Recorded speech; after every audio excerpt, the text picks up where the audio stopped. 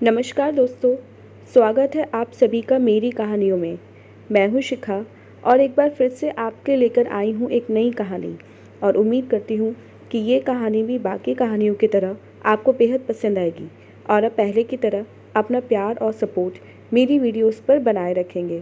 कहानी पसंद आए तो चैनल को सब्सक्राइब करना मत भूलिएगा। तो चलिए अपनी आज की कहानी शुरू करते हैं। रानी एक मध्यम वर्गीय परिवार की लड़की। जैसा नाम वैसा ही शौक भी। घर के कामकाज से कोसों दूर। जब तक छोटी थी माँ सब काम करती रही, पर जब रानी बड़ी हुई तो माँ ने समझाना शुरू किया, बेटा कुछ काम सीख लो, कल को ससुराल जाओगी तो क्या करोगी।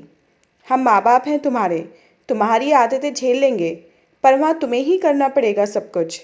रानी हमेशा कहती, माँ जस्ट चिल। रानी हूँ मैं रानी, मुझे कुछ नहीं करना। मैं ऐसे लड़के से शादी करूँगी जिसके आगे पीछे नौकरों की लाइन हो। तो मेरी चिंता ना करो, तुम्हारी तरह अपनी ज़िंदगी बर्बाद नहीं करने वाली मैं। दिन भर झाड़ू पोछा करके न गुस्साते हुए कहा, तेरी भलाई के लिए समझा रही हूँ, बाकी तेरी किस्मत। फिर आकर रोना मत मेरे पास, वहाँ कोई तुम्हारे बहाने नहीं सुनेगा, समझी। रानी ने कहा, अरे माँ मेरे पास ब्रह्मास्त्र हैं, तुम नहीं जानती अभी। माँ ने रानी की तरफ अचंभे से देखा और पूछा, अब ये क्या बला है। रानी ने कहा, मेरा ब्रह्मास्त्र है माँ, मैं बचपन से इसे आपके खिलाफ इस्तेमाल करती आ रही हूँ और आपको पता भी नहीं चला। माँ कुछ समझ नहीं पाई तो रानी ने कहा, जब आप मुझे कोई भी काम बोलती हो तो मेरा जवाब क्या होता है, आप ही बताओ। माँ ने कहा, तुम्हें आता ही क्या है जो मैं तुम्हें कोई काम बोलूँ। रानी ने कहा, यही माँ, यही है मेरा ब्रह्मास्त्र कि मुझे तो कुछ आता ही नहीं। और जोर जोर से हंसने लगी। गुस्से में बड़बड़ाती हुई माँ चली गई। माँ के लाख समझाने के बाद भी रानी में कोई सुधार नहीं आया। वो दिन भर टीवी देखती, सोती रहती और खाती रहती। माँ ने भी बोल बोल कर सिर पीट लिया अपना। रानी के पापा ने कहा, इतना क्यों परेशान होती हो रानी की माँ, हमारी बेटी के नसीब में सुख ही सुख है। कुछ महीने बाद रानी की शादी हुई। रानी बहुत सुंदर थी, इसलिए मोहित तुरंत उस पर मोहित हो गया। ससुराल में रानी की पहली सुबह थी। मोहित जल्दी उठ गया था। करीब आधे घंटे से उठाते उठाते रानी उठी और बोलती है, माँ मेरी चाय कहाँ है, मुझे चाय चाहिए। मोहित ने कहा, रानी तुम अपने ससुराल में हो, उठो जल्दी, चाय तुम्हें ही बनानी है। बाहर रीमा दीदी तुम्हारा इंतज़ार कर रही हैं, जाओ तैयार हो। रानी बड़ी मशक्क़त के बाद बिस्तर से उठी और आलस से भरी अवस्था में बाथरूम तक पहुंची और नहाकर तैयार हुई। मोहित ने भी सोचा कि शायद कल शादी के रस्म रिवाजों के बीच थक गई होगी रानी, इसलिए उठ नहीं पाई जल्दी। अब मोहित को क्या पता कि सुंदर चेहरे के पीछे एक आलस की देवी भी विराजमान है। रीमा रानी को लेकर किचन में गई। रानी देर से पहुंची थी, इसलिए सासू माँ ने पहले ही चाय बना दी थी और रानी को चाय देते हुए कहा, बहू आज मैंने बना दिया, पर कल से तुम्हें ही बनाना है सुबह सुबह सबके लिए चाय। रानी ने सहमति देते हुए अपना सिर हिलाया। अब नाश्ता बनाना था। रीमा दीदी ने कहा कि रानी आज पोहे बना दो। रानी ने सोचा अब क्या करूं, तो उसने हाथ चलाने की जगह दिमाग चलाया और पूछा, दीदी कितने लोगों के लिए बनाना है।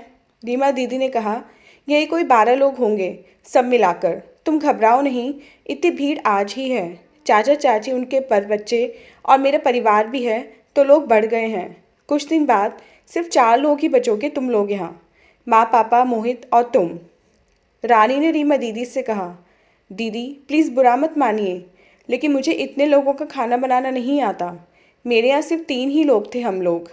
आज मदद कर दीजिए, मैं जल्दी ही सीख लूँगी। रीमा ने भी सोचा कि चलो नया माहौल है, इतनी जल्दी सब तो नहीं कर लेगी रानी, इसे भी थोड़ा वक्त चाहिए। रीमा ने सबके लिए पोहा बनाया और रानी ने बस कभी कभी कड़छी हिलाया कढ़ाई में। नाश्ता परोसा गया। सबने तारीफ़ की कि पोहे अच्छे बने हैं, तो रानी ने मुस्कुराकर सबको धन्यवाद दिया। रीमा दीदी रानी को देखने लगी। उन्हें बहुत बुरा लगा उस वक्त कि बनाया तो मैंने, पर सब इसकी तारीफ़ कर रहे हैं। रानी ने बखूबी उस बात को भी संभाल लिया कि दीदी अगर मैं आपका नाम लेती तो सब कहते कैसी बहू लाई मांझी, जिसको कुछ बनाना भी नहीं आता, और हमारे परिवार की बेइज्जती हो जाती। आपको बुरा लगा तो माफ़ कीजिए। रीमा ने भी रानी को प्यार से धन्यवाद दिया कि तुम अभी से कितना अच्छा सोचती हो हमारे घर के लिए। दोपहर में सब रिश्तेदारों के लिए भोज था तो रसोइये ने खाना बनाया। जैसे तैसे एक दिन तो निकल गया। रानी की माँ चिंता में मरे जा रही थी। उन्होंने रानी को कॉल किया तो रानी ने बताया, माँ चिंता ना करो, मेरा ब्रह्मास्त्र यहाँ भी चल रहा है। इसी तरह बहानों के बीच रानी की जिंदगी निकलने लगी। सब कुछ सीखने के नाम पर 3 महीने बीत गए, पर आज भी माँ जी को रानी के साथ खाना बनाना पड़ता था। माँ जी ने रीमा को बताया घर का सब हाल और कहा कि रानी को सीखना ही नहीं चाहती। आज सिखाती हूँ और कल बोलती, जी मैं भूल जाती हूँ, फिर से बता दीजिए। पूरा दिन टीवी देखती है, गाने सुनती है और आईने के सामने खुद को निहारती रहती है। मुझे तो लगता है इसकी सुंदरता ने हमें छल लिया। रीमा सब कुछ समझ रही थी। उसने कहा, माँ चिंता ना करो, अभी 1 हफ्ते में राजू का स्कूल बंद होगा तो मैं आती हूँ, देखती हूँ आखिर परेशानी क्या है रानी की। मुझे तो पहले दिन ही रानी ने बेवकूफ़ बनाया था, अब तुम्हारी बारी है। तुम बिल्कुल चिंता मत करो माँ, आ रही हूँ मैं जल्दी ही। रानी इन सब बातों से परे दूरदर्शन का आनंद ले रही थी। उसे नहीं पता था कि आगे क्या होने वाला है उसकी ज़िंदगी में। माँ की बातें सुनकर रीमा को भी चिंता हो रही थी कि रानी अगर जानबूझकर ये सब कर रही है तो ये गलत बात है। सब एक परिवार हैं और परिवार में सबका अपना अपना दायित्व होता है। इस तरह जी चुराना और काम न करना तो रानी की आदत हो गई है। अगर वक्त रहते इसे नहीं सुधारा गया तो आज तो सिर्फ माँ को तकलीफ हो रही है, कल को खुद रानी भी अपना काम भी नहीं कर पाएगी। रीमा घर की बड़ी बेटी है और अपने ससुराल की बड़ी बहू भी। वो अच्छे से जानती है घर की जिम्मेदारियों का एहसास। बस यही एहसास वो रानी को भी कराना चाहती थी। बहरहाल बच्चों की छुट्टियां हुई। दोनों बच्चों और पतिदेव के साथ रीमा मायके पहुंची। रविवार का दिन था और यही कुछ सुबह के 8 बज रहे होंगे। मोहित चाय का कप लिए अपने कमरे की तरफ जा रहा था। रीमा ने हंसते हुए कहा, अरे वाह मोहित, तुम तो बड़े पत्नीव्रता पति हो गए हो, कभी हमें भी पिलाओ अपने हाथ की चाय। मोहित को शर्मिंदगी महसूस हुई और उसने कहा, नहीं दीदी, मैंने ही कहा है कि इतवार को मैं ही चाय बनाया करूँगा। रीमा ने कहा, बहुत अच्छी बात है। फिर मोहित कमरे में आ गया और रानी को बताया कि रानी दीदी और उनका परिवार आया है। पहले तो रानी का चेहरा उतर गया, फिर उसने सोचा चलो ठीक है ना, मैं अपना ब्रह्मास्त्र इस्तेमाल करूँगी, इसमें कौन सी बड़ी बात है। रानी बाहर आई, सबसे मिली। दोनों बच्चे जिद करने लगे, मामी कुछ खिलाओ ना, बहुत भूख लगी है। माँ के हाथों का तो हम रोज़ खाते हैं, आज आप खिलाओ। मन न होते हुए भी रानी बच्चों की बात न टाल पाई और उनके लिए नाश्ते में हलवा बनाया। रीमा माँ को लेकर बाहर निकल गई थी कि रानी को अकेले ही काम करना पड़े। रानी को गुस्सा भी आया, पर जब बच्चों ने हलवे की तारीफ की तो रानी बहुत खुश हुई। कुछ देर बाद दोनों वापस आए और सबने नाश्ता किया। फिर रीमा ने रानी से चाय बनवाई। रानी हर बार की तरह इस बार भी बहाना सोच रही थी, पर रीमा के पास इस बार हर बात का जवाब था। रानी ने ब्रह्मास्त्र छोड़ते हुए कहा, दीदी माँ जी बता रही थी कि आप कढ़ी चावल बहुत अच्छा बनाती हैं, आज हमें भी खिलाइए। रीमा सब समझ रही थी। उसने कहा, आज कढ़ी चावल ही बनेंगे, मैं बताऊंगी और तुम बनाओगी, आखिर तुम इस घर की मालकिन हो। रानी ने सोचा अब क्या करे, उसके सभी पैतरे नाकाम हो रहे थे। आखिरकार उसे सारा काम करना ही पड़ा। सुबह से रात हो गई। आज टीवी मोबाइल ये सब की तो सुध ही नहीं रही रानी को। थकी हारी बिस्तर पर आते ही सो गई। अगले दिन आया। सुबह सुबह रीमा ने मोहित और रानी के कमरे का दरवाज़ा खटखटाया और रानी को जगाया। रानी 6 बज गए हैं, उठो, तुम्हें चाय बनानी है। सब इंतज़ार कर रहे हैं, फिर नाश्ता बना देना जल्दी। तुम्हारे जीजाजी को मोहित के साथ बाजार जाना है, कुछ काम है, चलो जरा जल्दी हाथ पैर चलाओ। जैसे तैसे अपनी किस्मत को कोसती रानी बिस्तर से उठी। उसने चाय बनाई और सबको दी, फिर नाश्ते की तैयारी में लग गई। अब रीमा तकरीबन सारा काम रानी से ही करवाती थी। रीमा की माँ को अच्छा नहीं लगता कि रानी अकेले अकेले सब कुछ करे। वो बार बार उसकी मदद करने पहुंच जाती, पर माँ के आते ही रानी किचन से गायब हो जाती थी। रीमा ने माँ को मना किया कि माँ कुछ दिन रुक जाओ, बार बार तुम इस तरह उसकी मदद करने ना जाया करो, पर माँ फिर भी नहीं मानती। जैसे तैसे 1 हफ्ता बीत गया। रानी सारे काम खुद ही करने लगी थी। रीमा ने सोचा, लगता है रानी अपनी जिम्मेदारी समझ रही है। वो मन ही मन बहुत खुश थी, पर इधर रानी कुछ और ही सोच रही थी। वो रीमा दीदी के जाने की राह देख रही थी। उसने सोचा, ये चली जाएंगी तो सब पहले जैसा हो जाएगा, मेरी बला टल जाएगी। 1 हफ्ता हो गया। जब रीमा के जाने का कोई आसार नज़र नहीं आया तो रानी ने पूछ ही लिया कि दीदी आपको कब तक जाना है? बहुत दिन हो गए ना। रीमा भाप गई कि रानी में कोई सुधार नहीं आया। उसने सोचा अब कुछ बड़ा ही करना पड़ेगा, अब इससे काम नहीं बनेगा। रीमा साम दाम दंड भेंट सब पैतरे आजमाने को तैयार थी इस बार। उसने माँ को उनकी दोस्त के घर भेज दिया और खुद बिस्तर पर लेट गई। रानी को बुलाया और कहा कि मेरी तबीयत खराब लग रही है रानी, आज मैं तुम्हारी कोई मदद नहीं कर सकती। तुम देख लो घर बहुत गंदा है, साफ कर दो ज़रा, फिर सबके लिए खाना बना देना, मेरे लिए खिचड़ी बना देना। बच्चों को पूछ लो क्या खाएंगे, जो खाएंगे वो बना देना। मैं जा रही हूँ आराम करने। रानी ने कहा माँ कहाँ हैं? रीमा ने बताया माँ की दोस्त बहुत ज़्यादा बीमार हैं तो उन्हें जाना पड़ा। तो माँ की चिंता छोड़ो, अपने काम पर लग जाओ। रानी का बुरा हाल था। साफ सफाई करके नहा ली, किचन में आकर खाना बनाना शुरू किया। तब तक रीमा की आवाज़ आती है कि मुझे थोड़ा काढ़ा दे दो। रानी ने कहा मुझे नहीं आता। तो रीमा ने उसे बताया कैसे बनाते हैं। रानी ने काढ़ा बनाकर दिया। वापस आई तो देखा दोनों बच्चों ने वापस पूरा घर गंदा कर रखा है। उसने बच्चों को डांटा तो वो रोने लगे।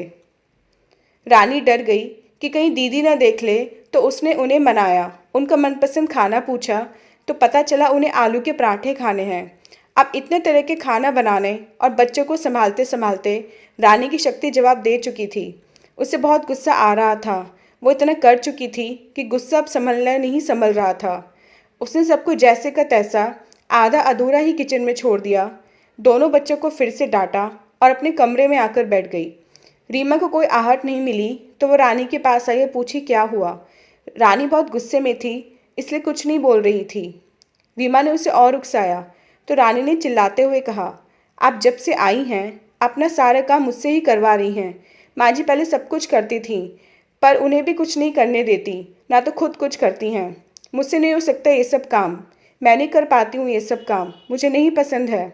रीमा मुस्कुराने लगी तो रानी को और चिढ़न हुई। उसने कहा आप हंस रही हैं मुझ पर? रीमा ने कहा नहीं रानी, मैं तो इसलिए हंस रही हूँ कि पिछले एक हफ्ते से सारा काम तुम खुद ही कर रही हो, घर का पूरा ख्याल रख रही हो, सबको समय पर चाय नाश्ता खाना सब कुछ तुम ही दे रही हो और सबको तुम्हारा बनाया खाना भी बहुत पसंद है। इतना कुछ करने के बाद भी तुम कहती हो तुमसे काम नहीं होता, तुम कुछ नहीं कर सकती। मैं यहाँ तुम्हारी बुरी वाली ननद बनकर तुम पर रौब जमाने नहीं आई हूँ। मैं बस तुम्हें समझाना चाहती हूँ कि सबका अपना अपना कर्तव्य होता है, सबको कुछ ना कुछ काम तो करना ही पड़ता है। कोई घर के बाहर काम करता है तो कोई घर में रहकर घर संभालता है। अपनी माँ को भी तुमने देखा होगा जिन्होंने अपनी पूरी ज़िंदगी पूरी मेहनत तुम लोगों के लिए लगा दी और एक उफ तक नहीं किया। यहाँ माँ को देखो, तुम्हारी दुगनी उम्र की हैं, तुम अपना करती हो और वो सब कुछ करती हैं। जरा सोचो क्या ये अच्छी बात है? मुझे कुछ नहीं आता कह देना आसान है, पर सब कुछ करना उतना ही मुश्किल होता है और वो भी अकेले करना। तुम घर की बहू हो, घर तुम्हारा ही है, इसे तुम्हें ही संभालना है और तुम इन सब जिम्मेदारियों से दूर भागती हो। जिम्मेदारियाँ सबको उठानी पड़ती हैं, कल को तुम्हारा भी परिवार होगा। अपना आज नहीं सुधारोगी तो आने वाला कल कभी नहीं संवार पाओगी। रानी ने रीमा दीदी से माफ़ी मांगी और शुक्रिया अदा भी किया और कहा आज आपने मुझसे मिलाया है दीदी। मैं आलस के कारण कुछ नहीं करना चाहती थी, अपनी जिम्मेदारियों से भाग रही थी, पर अब नहीं। आपने मुझे ज़िंदगी का सबक दिया है। मिल बांट कर काम करने से ही परिवार चलता है। एक के कंधे पर सारा बोझ डालना ठीक नहीं होता है। आज से आपको शिकायत नहीं मिलेगी हमारी। रीमा ने मुस्कुराते हुए रानी के चेहरे पर हाथ फेरा और चली गई। रीमा दीदी की बातें सुनकर रानी को उसकी माँ की बहुत याद आई। वो हर वक्त रानी को समझाती थी, रानी के सभी काम करती थी। कभी कि रानी की तबीयत खराब हो जाए तो माँ रात भर उसके लिए जागती थी। रानी अब समझ रही थी कि पूरा दिन काम करने के बाद और बच्चों का ध्यान रखने के बाद माँ की क्या हालत होती होगी। उसने आज तक अपनी माँ के लिए कुछ भी नहीं किया था। उसे बहुत शर्मिंदगी महसूस हो रही थी। उसने उसी वक्त माँ को कॉल किया और हालचाल पूछा। ये भी कहा कि माँ तुम बहुत थक जाती होंगी ना, अपना ख्याल रखा करो। अच्छा तुम थोड़ा आराम कर लो, हम बाद में बात करेंगे। रानी की बातें सुनकर माँ को भी अजीब लगा कि अपनी दुनिया में मस्त रहने वाली रानी आज इतनी बड़ी बड़ी बातें कर रही है। रानी की बातें सुनकर माँ को बहुत अच्छा लगा और रानी को भी बहुत सुकून महसूस हुआ माँ से इस तरह से बात करके। कोई न कोई बहाना हम सबके पास होता है, पर गलत तरीके से उसका इस्तेमाल करना सबको तकलीफ देता है। रीमा ने अपनी माँ को बुला लिया और रानी की सास भी बहुत खुश हो गई अपनी बहू को अपने घर की जिम्मेदारियां उठाते हुए देखकर। वह तो रानी को शुरू से ही बहुत प्यार करती थी और अपनी बहू के ऊपर ज़्यादा काम का दबाव नहीं डालना चाहती थी, लेकिन बस यह चाहती थी कि उनकी बहू उनके घर की जिम्मेदारियों को समझे, बहू होने का फ़र्ज़ निभाए। अब दोनों सास बहू मिल बांटकर घर के काम कर लेती थीं। अब रानी की सास और रानी दोनों में प्रेम बहुत बढ़ चुका था और दोनों बहुत खुश रहने लगी थीं और परिवार में भी खुशहाली छा गई थी। दोस्तों, परिवार में एक दूसरे का साथ बहुत ज़रूरी होता है। किसी को बेवकूफ़ बनाकर उसे घर का नौकर बना देना अच्छी बात नहीं होती है। सास अच्छी है, घर के कामों में हाथ बटा रही है तो अच्छी बात है, लेकिन हमेशा बुजुर्गों का सम्मान करना चाहिए। आपको ये कहानी कैसी लगी? आप मुझे अपनी राय कमेंट बॉक्स में ज़रूर दीजिएगा। तो ये थी हमारी आज की कहानी। मिलते हैं अपनी नेक्स्ट कहानी में। तब तक के लिए आज्ञा दीजिए। धन्यवाद।